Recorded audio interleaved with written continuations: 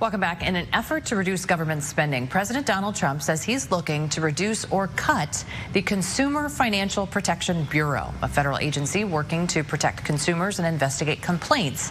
Joining us this morning with what this could mean for consumers is CEO and founder of Financial Services Support, Eric Steffy. Good morning, Eric. How are you? Good morning, Elizabeth. Thank you for having me. So first, let's just go through what this agency is. This is not something that I think about on a daily basis. What exactly, we know it investigates complaints, but what does this agency do? That is a great question that you ask.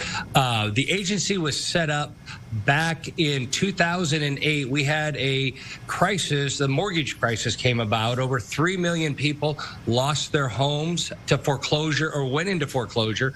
Over 175 banks ran into trouble and went out of business. And so Elizabeth Warren's brainchild put together, and through the Frank-Dodd Act, it was buried in the bottom of the act that they would start a new federal agency, the Consumer Financial Protection Bureau. And in being created, it was created with no federal oversight. It draws its income off of the government. They just get a paycheck and then they get to spend it and do what they want with it. And so that's how the agency was funded. And so it's the newest agency and has some very good points and some questionable points of how it's run. So if it's reduced or even eliminated, what does that mean for consumers? Well, that's a great question that you asked there. They go through, and the good thing that it does is it fights for consumers. So it has attorneys on staff that will go look at different cases that come in. Now, what's happened, though, there's 8 other federal agencies out there, so it's kind of a redundant agency that it fights for consumers, the American people.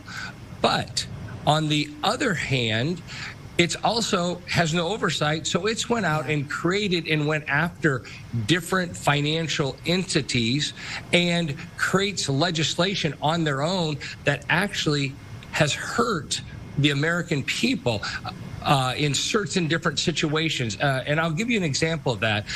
They have went after banks saying the overdraft charge of $32 or $35 in some cases is too high.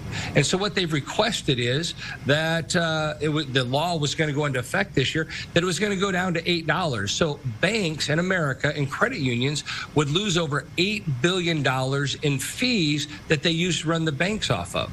So then what happens is the banks have to make up for that income. So how do they make up? They're going to start charging other fees. They're going to raise account balances for all consumers.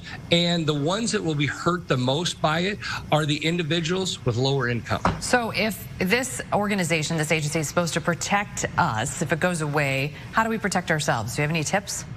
Well, you can look for other agencies. The FTC, the Federal Trade Commission, does the exact same thing. They have a hotline. They have an educational source that you can go to the Federal Trade Commission, to their website, all kinds of educational pieces and all kinds of places that you can file a complaint. They have attorneys that will do the exact same thing for you and go through and get resolved. You can also turn, depending on which agency, you have HUD, you have FDIC, the OCC. So there's multiple agencies that will do the same thing. This will stop some redundancy by it not being there. All right. So for more information about your institution, where can we go, Eric?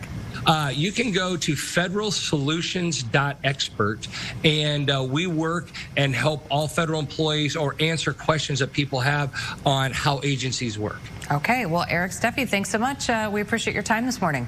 Great. Thanks you so much, Elizabeth.